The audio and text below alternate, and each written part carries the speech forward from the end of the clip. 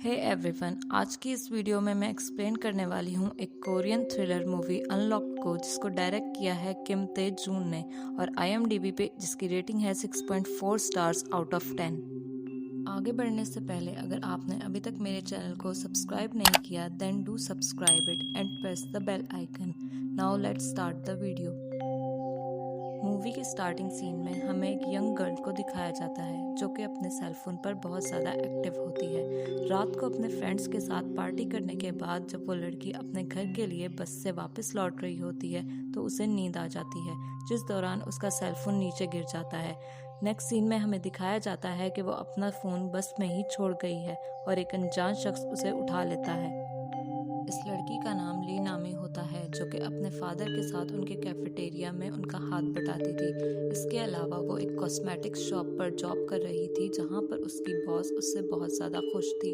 In short नामी एक normal happy life spend कर रही थी। नामी को अपने फ़ोन गायब होने का अंदाज़ा उस वक्त होता है जब सुबह उसकी दोस्त उसके घर पर आती है। वो अपना फ़ोन हर जगह तलाश करती है लेकिन उसे कहीं नहीं मिलता, जिसके बाद वो अपने दोस्त के फ़ोन से अपने नंबर पर कॉल करती है। कॉल पर दूसरी तरफ हम एक लेडी की वॉइस को सुन पाते हैं, बट एज एन व्यूअर हमें ये दिखाया जाता है कि असल में नामी का फ़ोन तो उसी अनजान लड़के के पास था और वो लड़का अपने फ़ोन से रिकॉर्ड किए हुए वॉइस मैसेजेस को फीमेल वॉइस में चेंज करके नामी से बात कर रहा था। वो लड़का नामी को एक लोकेशन पर अपना फ़ोन देने का बोलता है। इसके बाद ये लड़का नामी के फ़ोन को अनलॉक करने की कोशिश करता है, लेकिन फ़ोन पिन लॉक्ड होने की वजह से ऐसा नहीं हो पाता, जिसको देख के उसे बहुत गुस्सा आता है और वो नामी के फ़ोन की स्क्रीन तोड़ देता है। मूवी के नेक्स्ट सीन में हमें दिखाया जाता है कि माउंटेन से एक लड़की की डेड बॉडी मिली है जिसके आसपास ढेर सारी पुलिस इकट्ठा हुई होती है। इसके बाद हमें दो पुलिस ऑफिसर्स को दिखाया जाता है जिनके नाम होते हैं वू जी मान और किम जंग हो। वो दोनों ऑफिसर्स आपस में बात कर रहे होते हैं कि ये मर्डर आखिर किसने किया होगा। दोनों का शख्स एक ही शख्स पर था जो कि और कोई नहीं बल्कि जी मान का बेटा चुनयोंग होता है, जो कि 7 साल पहले घर छोड़कर चला गया था। हमें मूवी में दिखाया जाता है कि उसका बेटा और कोई नहीं बल्कि वही अनजान लड़का था जिसके पास नामी का सेलफोन था। जंगहू जी मान को मजीद इन्वेस्टिगेशन करने का बोलता है। अब हम नामी को देखते हैं जो कि अपने फादर के कैफेटेरिया में उनका हाथ बटा रही थी। उसके फादर उसे एक स्पेशल ड्रिंक बनाकर देते हैं जो वो सेल नहीं करते थे बल्कि स्पेशली अपनी बेटी के लिए बनाया करते थे। इसके बाद शुनयोंग का कॉल आता है और वो नामी से कहता है कि उसके फ़ोन की स्क्रीन टूट गई थी जिसे उसने रिपेयर के लिए एक शॉप पर दे दिया है और बिल भी पे कर दिया है, तो नामी जाके वहाँ से अपना फ़ोन ले ले। अब नामी योंग के दिए हुए एड्रेस पर पहुंचती है जहां शॉप वर्कर उसे पिन कोड खोलने का बोलता है और वो शॉप वर्कर और कोई नहीं बल्कि चुनयोंग ही होता है और ये शॉप उसी की थी।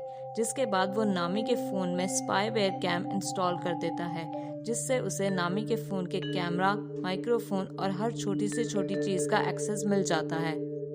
शाम होने पर योंग नामी के कैफेटेरिया में जाता है और उससे वही स्पेशल ड्रिंक ऑर्डर करता है।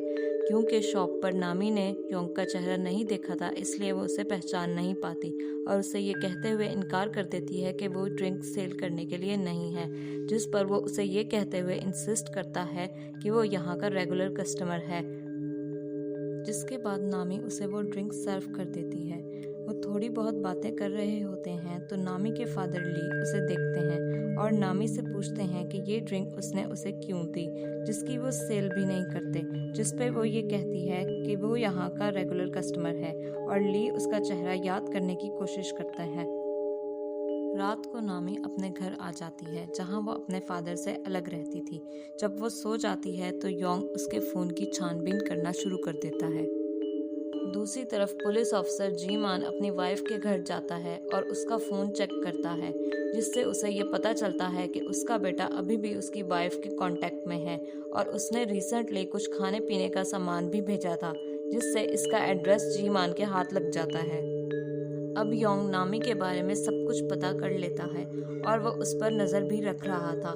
योंग को ये पता चलता है कि नामी का एक सीक्रेट इंस्टाग्राम अकाउंट भी है जहां वो अपनी बॉस की थोड़ी बहुत बुराई करती थी। योंग नामी की हर डिटेल के नोट्स बना लेता है और अपने लैपटॉप पे नामी की पिक्चर लगा देता है।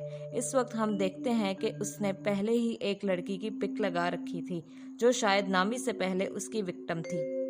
बहरहाल हमें ये भी पता चलता है कि नामी की बॉस उसे दूसरे एम्प्लॉय से ज़्यादा सैलरी दे रही होती है और ये बात नामी से राज रखने को कहती है। दूसरी तरफ जीमान को एड्रेस मिल जाता है और वो अपने बेटे यानी चुन योंग को पकड़ने के लिए निकल पड़ता है। किम उसे थोड़ी बहुत जानकारी भी देता है कि योंग एड्रेस बदलता रहता है और फिर उसने सेल फोन भी यूज़ करना छोड़ दिया। अब जीमान योंग के घर पहुंचता है और छानबीन करने लगता है जहां पर उसे 8 अलग नोट्स मिलते हैं, यानी अब तक 8 लड़कियां उसका विक्टिम बन चुकी हैं। अब जीमान को माउंटेन से मिली लड़की की पिक्चर्स भी मिल जाती हैं, जिसका मतलब साफ था कि योंग ने ही उसे मारा है। अभी जीमान कुछ और दिखता इससे पहले ही योंग को पता चल जाता है कि जीमान उसके घर के अंदर है। वो अपने फ़ोन के ज़रिए जीमान को डिस्ट्रैक्ट करता है और घर से अपना बैग उठाकर भाग जाता है। इस बैग में उसके विक्टिम्स के फ़ोन, नोट्स वगैरह और उनकी इन्फॉर्मेशन थी। नेक्स्ट सीन में हम देखते हैं कि योंग अब नामी के फादर के कैफेटेरिया में जाता है और उसने अब अपनी न्यू आइडेंटिटी बना ली थी। वो अब एक डिजिटल सिक्योरिटी एजेंट बन गया था और नामी को कुछ प्रोडक्ट्स बेचनी थी जिसको खरीदने के बहाने से वो यहाँ से निकलता है और नामी को मैच की टिकट्स भी देता है। इस दफ़ा भी वो वही ड्रिंक ऑर्डर करता है, लेकिन इस बार नामी के फादर उसे ड्रिंक सर्व करते हैं। उसके फादर को योंग पे शक होने लगता है, इसलिए वो नामी को खुद घर ड्रॉप करते हैं और उसे डोर बंद रखने को कहते हैं, लेकिन नामी इनकी बातों पर ध्यान नहीं देती। लेकिन दूसरी तरफ योंग ये सब बातें सुन लेता है। अब योंग नामी के फ़ोन से नामी के फादर को स्पाईवेयर का लिंक भेजता है, जिसके बाद नामी के फादर के फ़ोन का एक्सेस भी उसे मिल जाता है, जिसका यूज़ करते हुए वो उन पर अटैक करता है और उनको उन्हीं के घर में बंदी बना लेता है। साथ ही साथ वो नामी की लाइफ ख़राब करने के लिए उसके फ़ोन से उसकी बॉस की बातें सीक्रेट आईडी से लीक कर देता है, वो भी नामी के नाम से, जिससे नामी को जॉब से निकाल दिया जाता है। दूसरी तरफ माउंटेन से और भी बॉडीज़ मिल जाती हैं, जो कि टोटल 7 बॉडीज़ थी। सबका डर बढ़ गया था और जीमान अब जल्द से जल्द अपने बेटे को पकड़ने जाता है। नामी अब अपनी दोस्त के साथ साइबर क्राइम में रिपोर्ट करने के लिए जाती है, जहां पर वो उसे ये बोलकर टाल देते हैं कि वो प्रूफ लाकर दे कि उसका फ़ोन हैक हुआ था, जिससे वो और ज़्यादा परेशान हो जाती है कि वो प्रूफ कहां से लाएगी। उसी टाइम उसके डैड का मैसेज आता है कि वो आज छुट्टी ले रहे हैं, जिसको भेजा योंग नहीं था।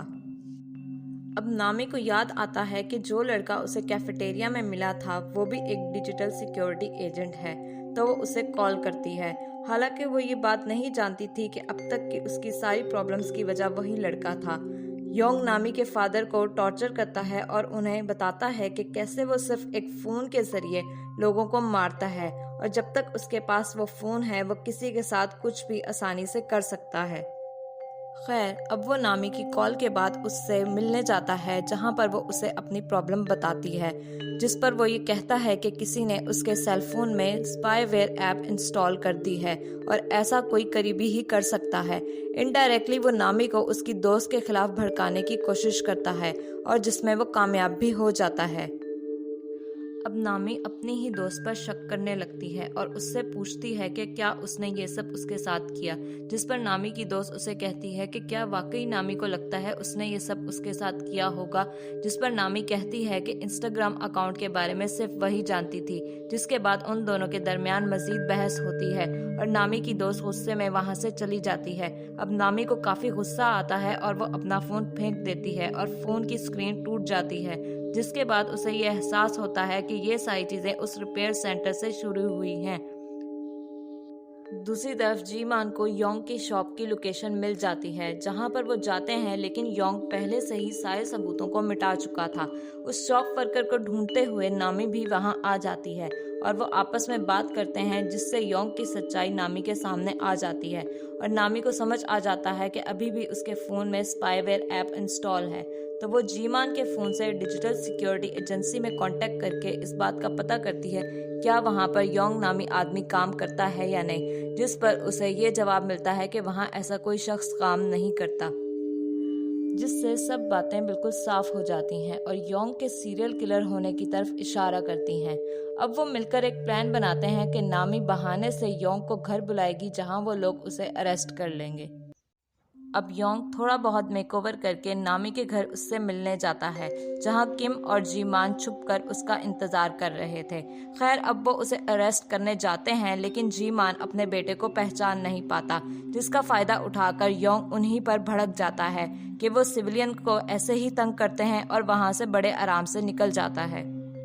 अब योंग के भाग जाने के बाद दोनों ऑफिसर्स नामी के घर जाते हैं। नामी अपने फोन को ऑन करती है और वो ऑफिसर्स उसे आज की रात कहीं और रुकने की सलाह देते हैं, तो वो अपने डैड के घर जाने का सोचती है, जहां उसे किम और जीमान ड्रॉप कर देते हैं। वो नामी को अपना कार्ड भी देते हैं, जिस पर वो कुछ लिखकर ये बताती है कि वो सिर्फ टेक्स्ट मैसेज करेगी। अगर वो टेक्स्ट मैसेज नहीं करती तो वो फौरन यहाँ आ जाए। अब नामी अपने फादर के घर जाती है, जहां उसे योंग मिलता है, जिसने पहले से ही उसके फादर को हॉस्टेज बना रखा था और वो उसे भी हॉस्टेज बना लेता है।